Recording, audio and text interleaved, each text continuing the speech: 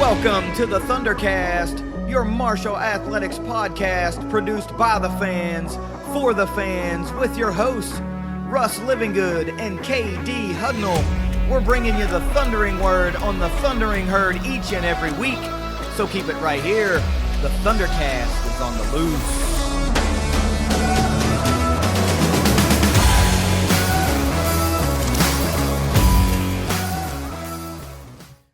Thanks for downloading another episode of the ThunderCast. You can follow us on Twitter, ThunderCast_pod. The ThunderCast is available anywhere that you can consume a podcast, and you can watch us video version here on YouTube.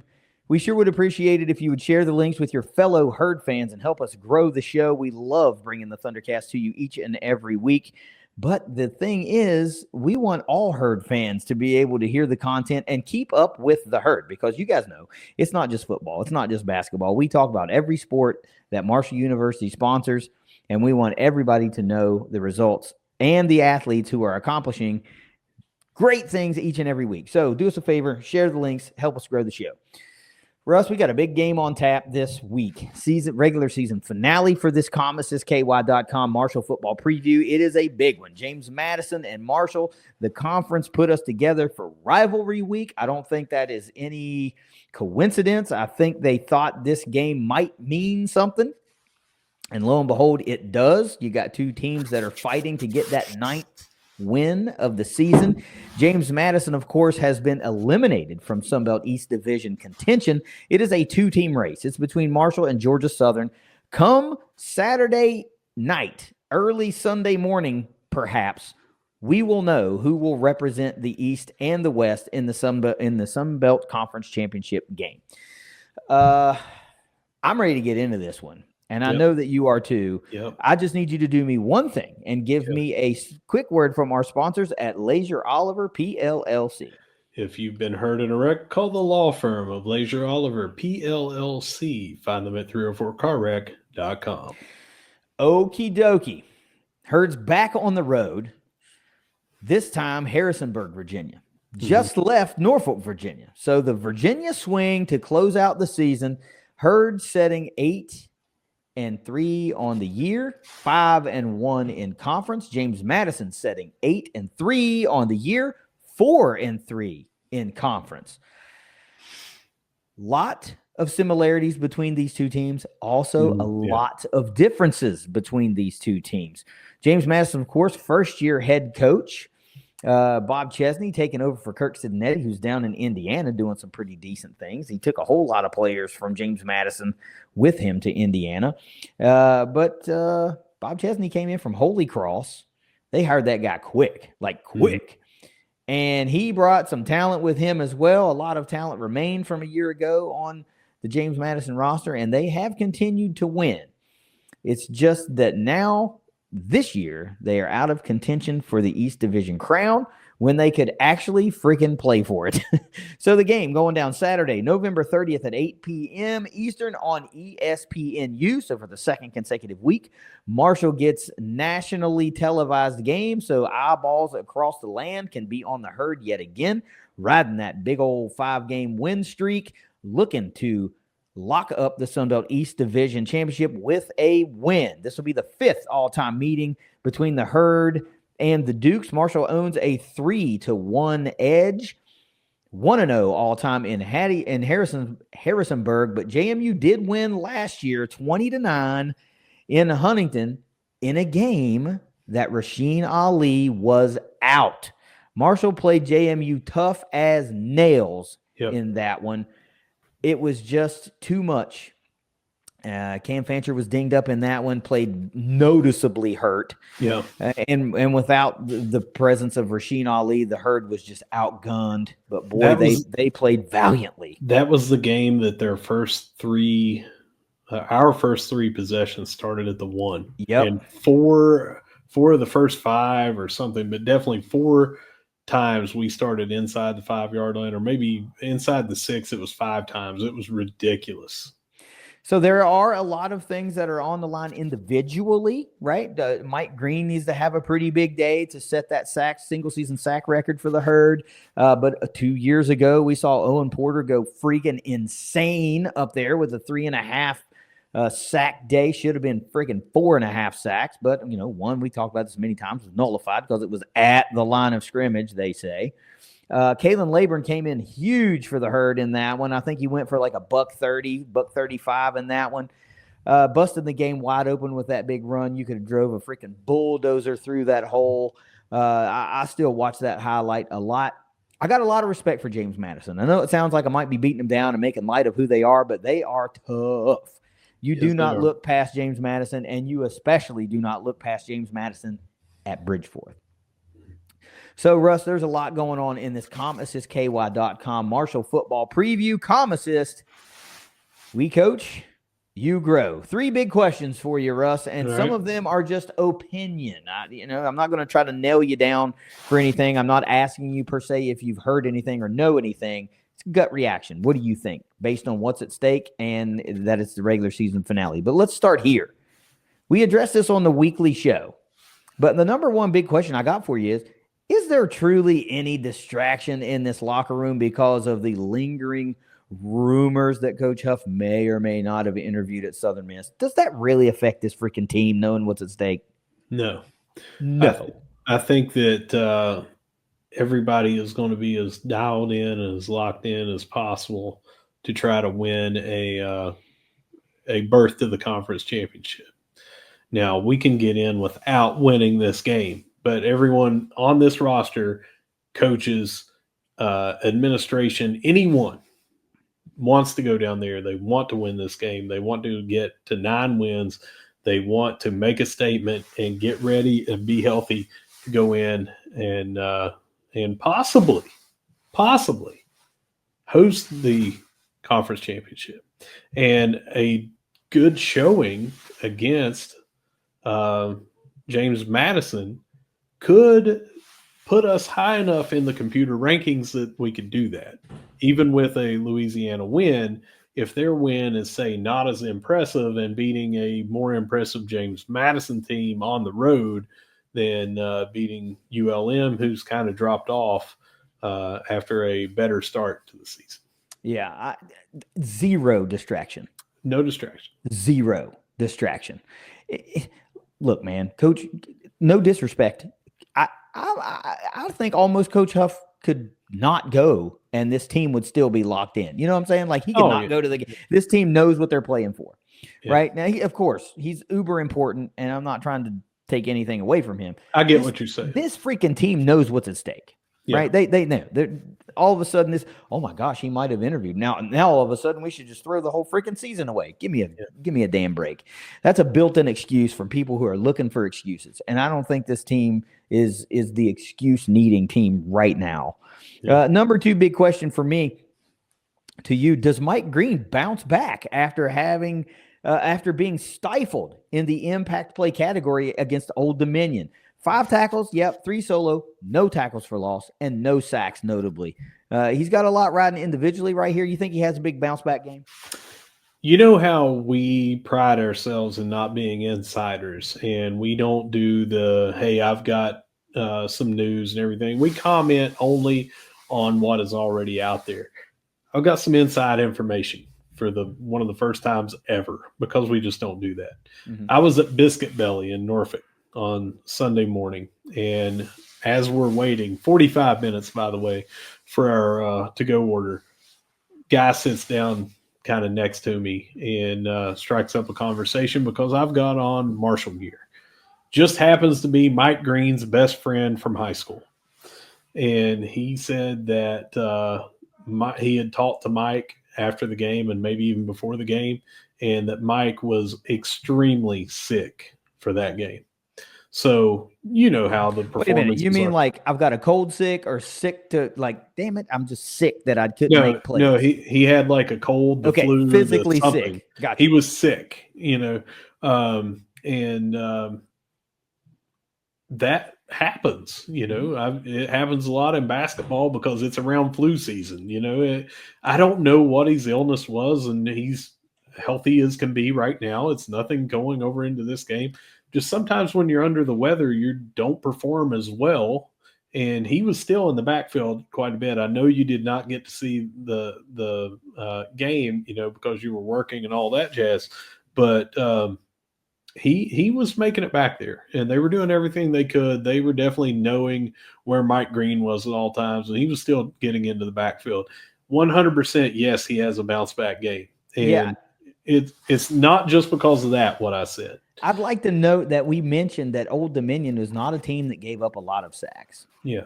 Right. So we expect that to be a tough road, but still, I thought he might get one. they had given up 10 in the last 2 games. It was 5 each or something like that. Yeah. But that's why I think he has a bounce back. James Madison is tied for 112th out of 133, giving up 32 sacks so far in 11 games, right at 3 a game. Mm-hmm. We have 32 sacks, and everyone marvels at how many sacks we have and prides ourselves on how many sacks we have. And they have exactly the number that we have gotten is exactly the number they have given up. And that's why I think that's one of their Achilles heels. They do everything really well, but I think that's where Mike Green has his bounce back game. Yeah. I know that it's tough. Like, I'm not sick right now. I'm just really tired, and I don't feel like I'm at 100%. I'm trying to give 100%, but my 100% is not a normal 100. Like the 100 that I can give you now is like 85. So I get what you're saying. Just physically, you can't bring it when you're not feeling your best, and it just sucks. It would have been nice for Mike to be able to just get one to not have to have a multi-sack game, really, coming into this one. But again, I say that because Owen Porter did that 2 years ago, and Owen's a freaking monster, and Mike is a monster, and it can happen. My number 3 question to you, again, strictly gut reaction. You think AJ Turner is a full go this week? He was limited. He got limited action last week against Old Dominion, season finale, championship game on the line. You think he's a full go this week? I do, and he had some really good burst, and early in that game was, blowing through the holes to the line of scrimmage and everything, and making the edge and getting some great yardage and everything. As the game went on, he wasn't out there as much. Short yardage. We had Ethan Payne in, and we had the workhorse, jack of all trades, Houston in for quite a bit, but he looked good in his limited time that he was out there. And I think that he is going to be good for this game. It's another game in Virginia. He was about 25 minutes to 25 miles from where he grew up playing down there in Norfolk, and I think that was big for him to do. Well, this is another Virginia game against another Virginia program, and I look for him to have a big game. Well, I think we need one. I think he needs one. I think he's got to prove to everyone that's kind of doubting now. And it's like, oh, he was a flash. He got dinged up, and now it's not the same. Don't tell me it's not the same. The kid's got the burst. He's got the speed. You just don't lose that, right? Because you get dinged up for a week or 2 or 3. I got a question for you on that. Sure. He's sitting at 846 yards. Does he get $154 to put him over 1,000? I don't know that I can go that much. I mean, it's going to take the long run. If he has that 75-yard touchdown run, 60-yard touchdown run, then yeah, I think you can start to flirt with that. But what I would say is it depends on how the game is going, because you're not going to sacrifice trying to get him an extra 15, 20 yards if you've got the game in hand and you're going to go to an SBC title game the next week, because you're going to get 1,000 most likely the following week and potentially in Huntington. So I think it goes according to how the flow of the game is going. But is it a possibility? Hell yeah, it's a possibility. Hell yeah, it's a possibility. Let's backtrack just a tad. ESPN Power Index, 35.9% chance for the Herd to go into Harrisonburg and get a win. Herd +3 in this one with an over-under of 52.5, just to give you an idea of what Vegas thinks. Herd, of course, was a dog last week and went in and got the win anyway, so whatever. The main scenario in this one, Russ, I mentioned, is a 2-team race in the Sun Belt for the Sun Belt East Division. Marshall wins the East with a win, period. Marshall also wins the East with a loss and a Georgia Southern loss to Appalachian State. Georgia Southern wins the East with a win over Appalachian State and a Marshall loss. 2 out of the 3 scenarios favor the Herd. Of course, just win, baby, and you ain't got to worry about it. So that's what's at stake.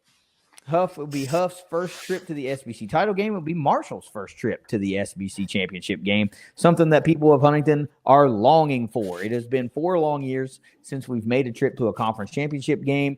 That was in 2020, of course, in the Conference USA. We lost that one at home. That hurt.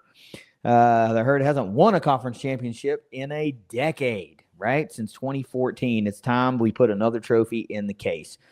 Russ, let's talk about some players we're going to have to look out for in this James Madison offense, and then we'll talk about some defense and what we got to do to get a dub. So it starts with quarterback Alonzo Barnett, the third, 6 foot, 207-pound sophomore, 198 out of 335 on the year, 2,458 yards. Look at this. Great touchdown to turnover ratio. 24 touchdowns to just 3 interceptions. You mentioned that he's been sacked 32 times, including 7 in the last 2 weeks. Add another 121 rushes to the totals for Barnett for 418 yards to the good, despite those 32 sacks. Pretty dangerous guy. Also 7 touchdowns on the ground. Featured back would be running back George Pettaway, 5'10", 199 pounds, also sophomore. 137 carries leads the team. 828 yards leads the team. 4 touchdowns on the ground. That's good for 6 yards per carry. A couple of wide receivers we're going to feature. One, Yamir Knight, 5'8", 180-pound sophomore, leads the team in receptions with 46 by a large margin. Number 2 on the team has 27. And leads the team in yardage with 559. 4 touchdowns to the air, good for 12.2 yards per reception. And then wide receiver Omarion Dollison, 5'10", 181-pound senior. 27 catches, 505 yards, so right behind Mr. Knight in the yardage category. And he has 5 touchdowns, which is tied for the team lead for receiving touchdowns. That's good for 18.7 yards per reception. You look at those rankings. I'll give you the rankings. I know we're going to talk about them anyway.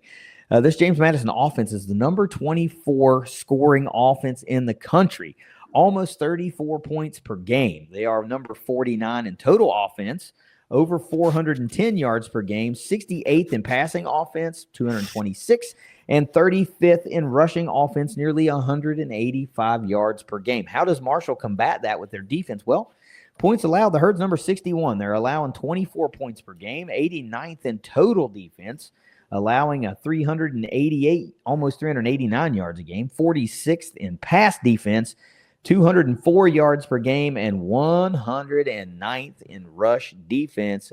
Woof, 184.3 yards per game. So their rushing average is right at our rush allowed average. But I tell you what, for all of the things that James Madison does well on offense, and they do a lot of them, Marshall might give up a lot of yards, but they're not giving up a completely shit ton amount of points. And I think that's really what matters. So when you look at this James Madison offense, what do you think? Well, I think what stands out, 205 yards you take away from for the sacks from Alonzo Barnett III. He's still at 481, I think it was. 418 yeah. Transposed him with 7 touchdowns. So you tack on another 205, he's got, 620 some yards. 623 yards before you take away those sacks. He's dangerous through the air. He takes care of the ball. Now, fumbles are a different story for them. But They don't throw a lot of interceptions. They spread the ball around on the ground. They've got 2487 through the air and 2035 on the ground, so a pretty balanced attack. They spread it around while they're throwing it. Their tight end has 31 receptions, 391 yards, 12.6 average, and 5 touchdowns. So we are going to have to defend the tight end. We're going to have to defend. It's just everywhere you look, they've got weapons, and they have a really good quarterback. He's a threat on the ground. We just faced one of these, but that was true freshman Colton Joseph, who hadn't started all year. And this is Alonzo Barnett III that is doing it at a better level than what we just faced. So it's going to be a hard pill for our defense, and we need to be up to the task. Well, I think what you're looking at here is a team that is going to score points. You're just going to have to come to grips with that. And unless all of a sudden they just cannot hold onto the football, whatever, they're going to gain yardage and they're going to score points. You have to be prepared to deal with that. That's just who they are. I mean, you don't become a top 25 scoring offense by friggin' accident. Luckily, the past 2 weeks, they've also allowed some points, right? 35-32 kind of drag out win over Old Dominion, who was a dogfight for us too. And then they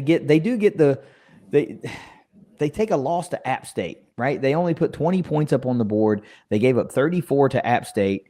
And, granted, that was in Boone, but still, they're fresh off of a loss. They have not lost back-to-back games all season. And they're looking to go undefeated at home, right? So we've already done that. They want to do that. And, of course, we're trying to keep them from doing that. So this is just it's a mixed bag, right? You can't just say, well, we'll stop the run and then we'll have them beat us through the air.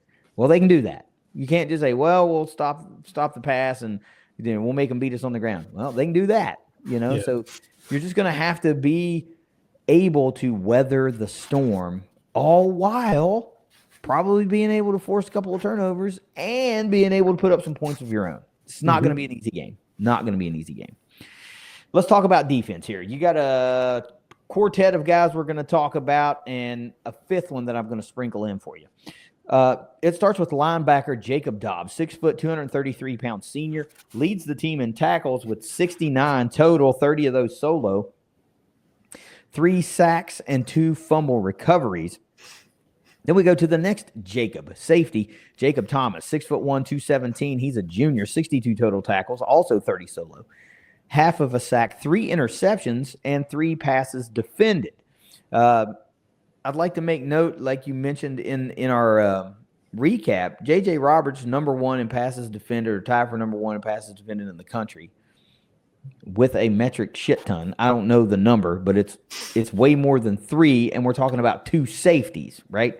That's why it's so amazing to me that JJ's doing this from a safety position. Defensive lineman Kari Mann, 6'3", 230-pound senior, 54 total tackles, 20 solo, 8 sacks, 2 passes defended, and a fumble recovery. Then linebacker Trent Hendricks, 6 foot, 231-pound junior, 48 total tackles, 24 of those solo, 2.5 sacks, a pass defended, and a forced fumble. So there's your top leading tacklers.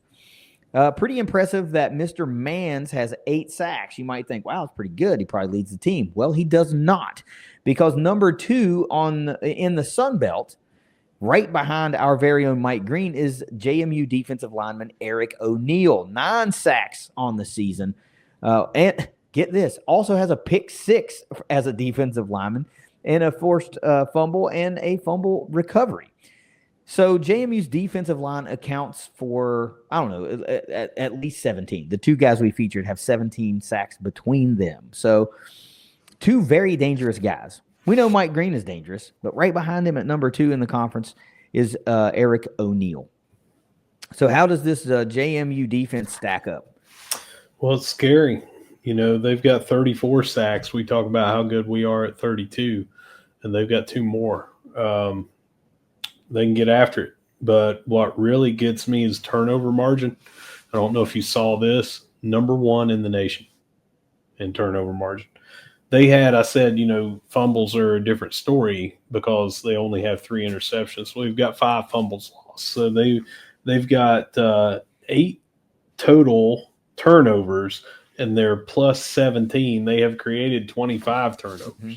So plus 17 is ridiculous through 11 games. Number 1 in the nation. They get after it, so they're making those impact plays. It's going to be tough again. They don't really have an Achilles heel on defense. Like offense was the offensive line. But if you look at anything, they're decent in red zone. Their defense against the third down conversions.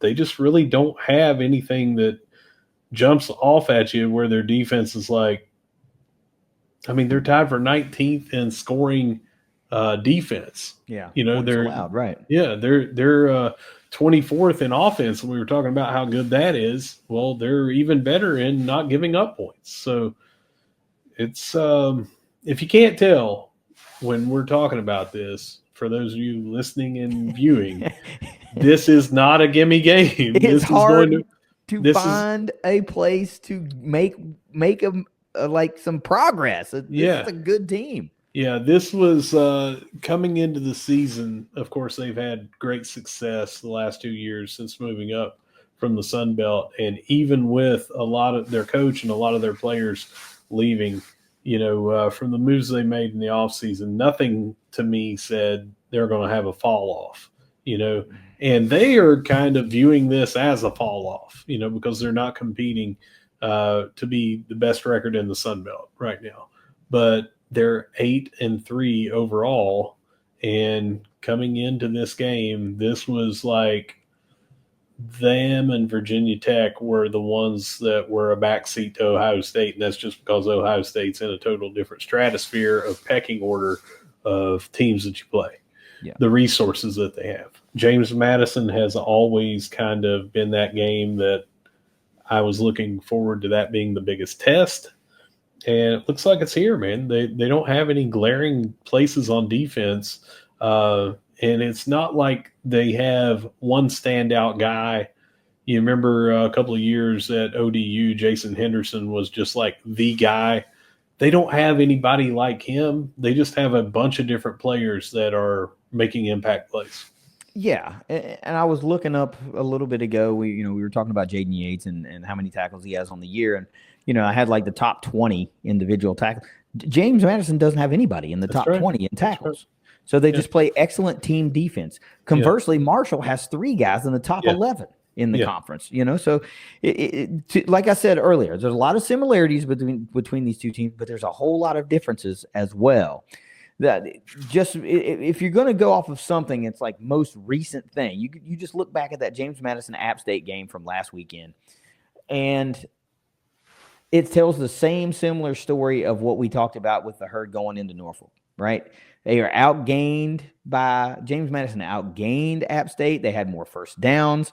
They were way better on third down. They had the 2 areas that they got smoked in were turnovers. They had 2 turnovers. App State had none. Get this, penalties in that game. James Madison had 9 for 69. Appalachian State had no penalties in that game, right? Yeah. So that's the type of game you have to play, and you see what it turned out to be. It turned out to be a 14-point win, for the fellas in Boone.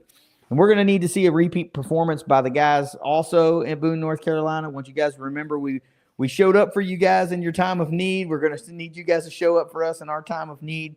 But we're going to do all we can to take care of business. The point being made is this is not a gimme game. This is one that Herd's going to have to earn. And I told you this when I was doing my prep and I was looking at these rankings and everything, and I was like, man, what the numbers just aren't matching up with what I was seeing with Marshall, because Marshall might not be fantastic at anything outside of rushing offense, but we're winning. So it doesn't matter to me, what these numbers are telling me.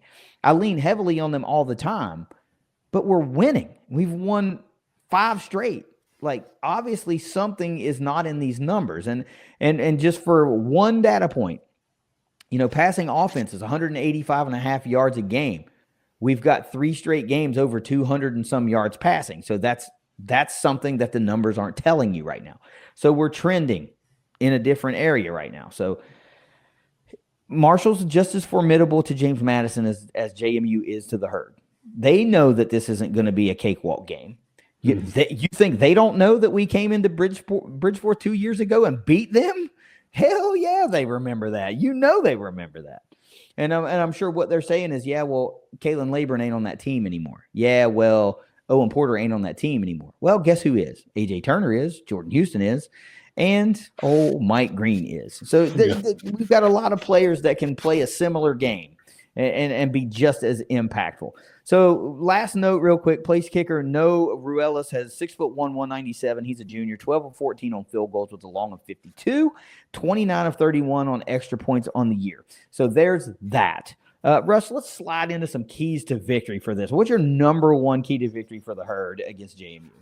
Yeah, defense needs to step up and hold them to 21 or less, if I can get specific.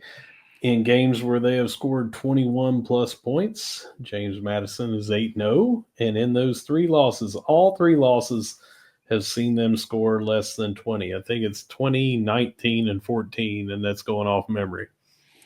Well, that's a pretty damn specific point, and boy, that's one that's hard to argue with, I'll tell you that. They've got a high-powered offense. Obviously, in the game of football, just like about any competition, you need to outscore your opponent. So this is football 101, I know. But in games where you can keep them out of the end zone to not score at least 3 touchdowns, they are winless on the year, 0-3. So if our defense can find a way, and there will be other keys here as I talk to this that will help support this, but if we can keep them from scoring 21 points, I like our chances. Well, my number one key to victory in this ComAssistKY.com Marshall football preview is screw the freaking stats, man. Just win. You got to go out and win one football game. Your season has come down to this at this point. You control your own destiny. You win and you're in. I don't care who's across from you. I don't care where the game is being played. I don't care what the weather is or what time of day it is. And I don't think any of those guys in Kelly Green and White give 2 flips about that either. They know what's in front of them.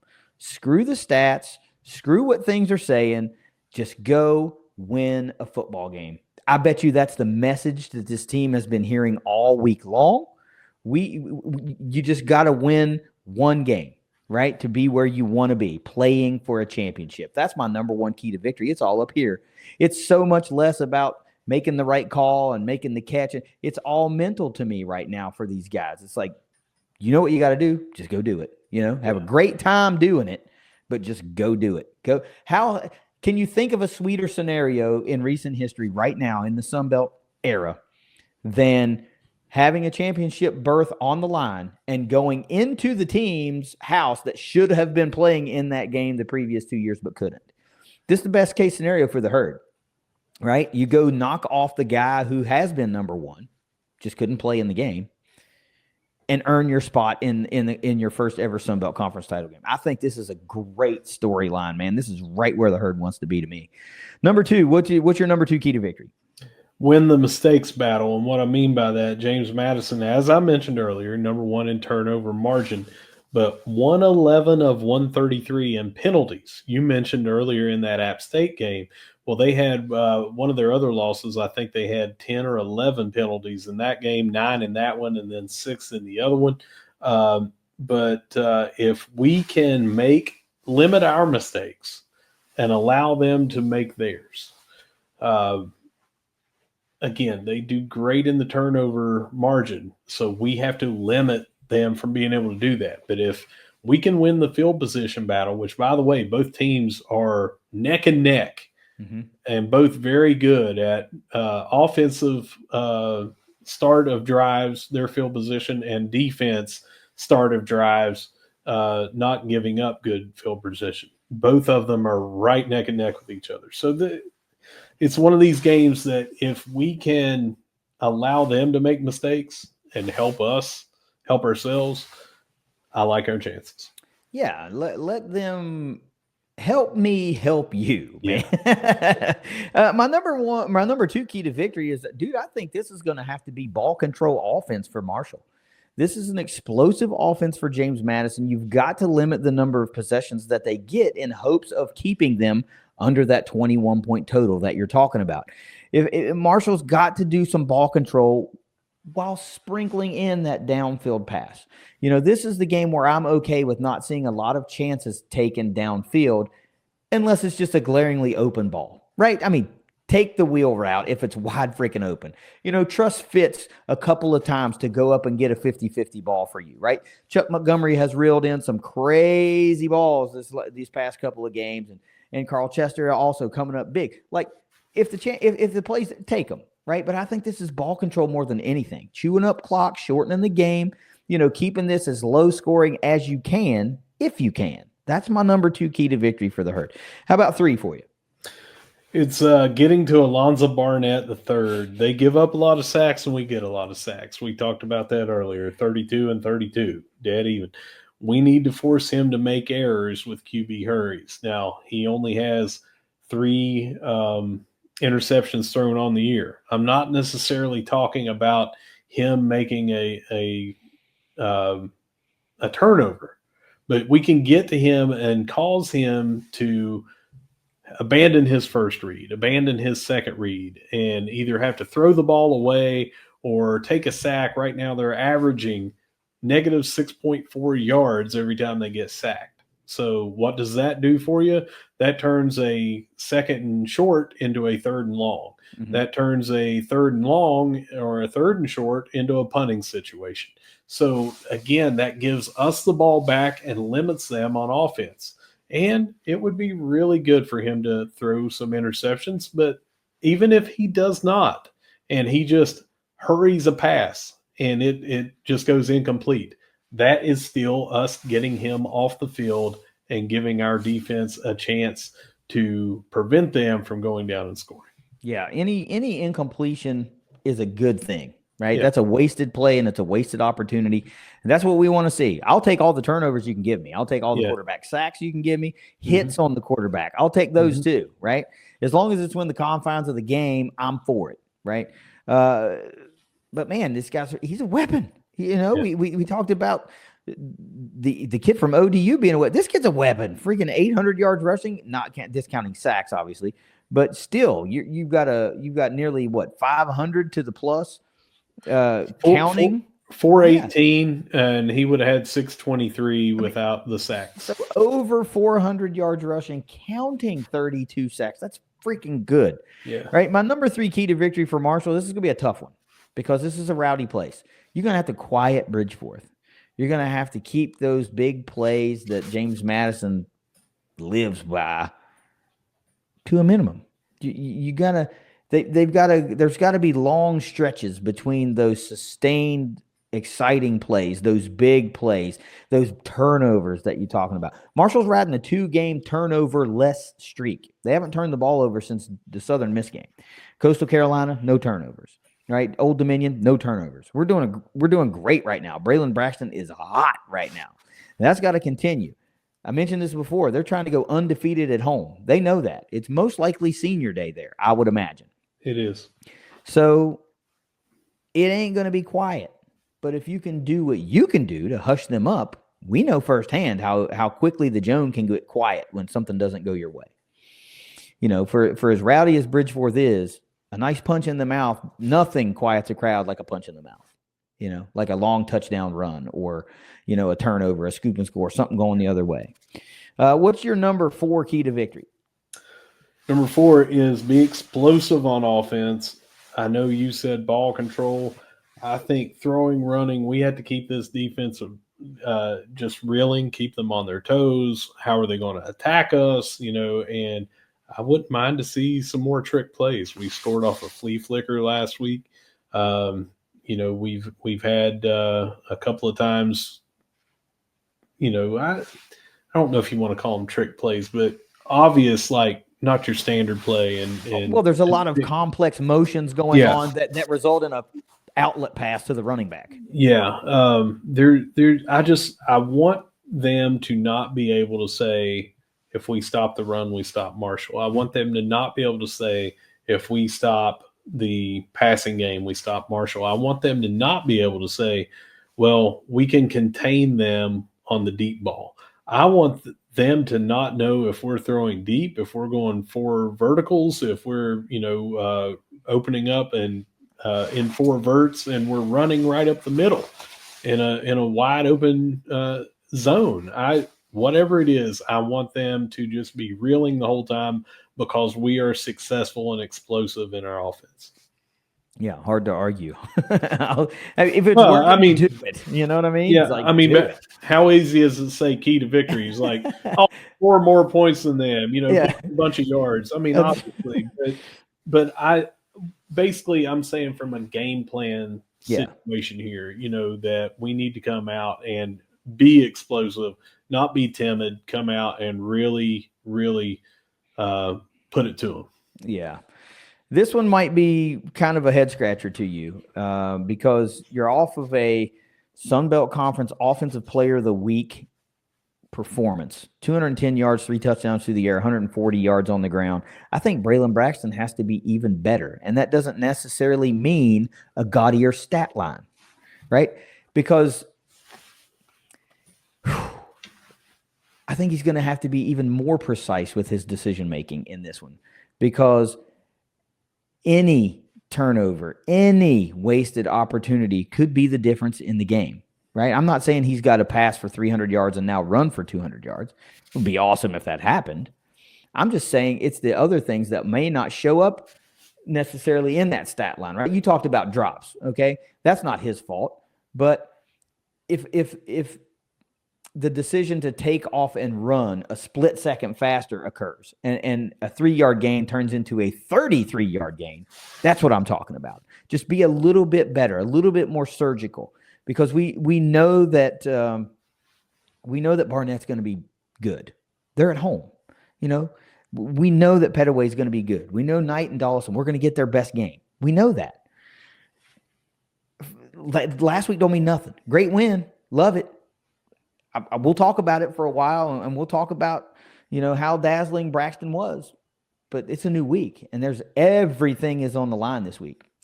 As good as he was, he has to be even better, a better quarterback. And I know people are going to go, man, you are out of your freaking mind.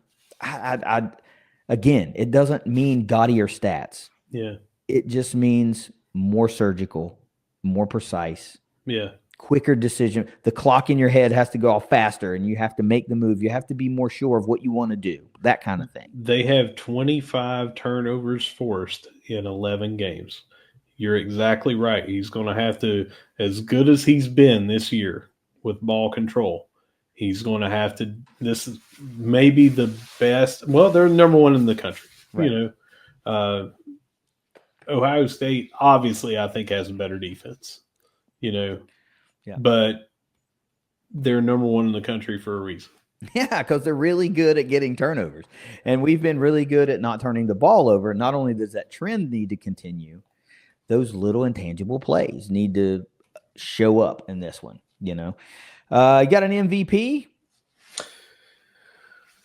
Well, so this time I did offense, defense, and special teams. Okay. I don't know who I'm going to go with overall, but I'll tell you, offense is A.J. Turner.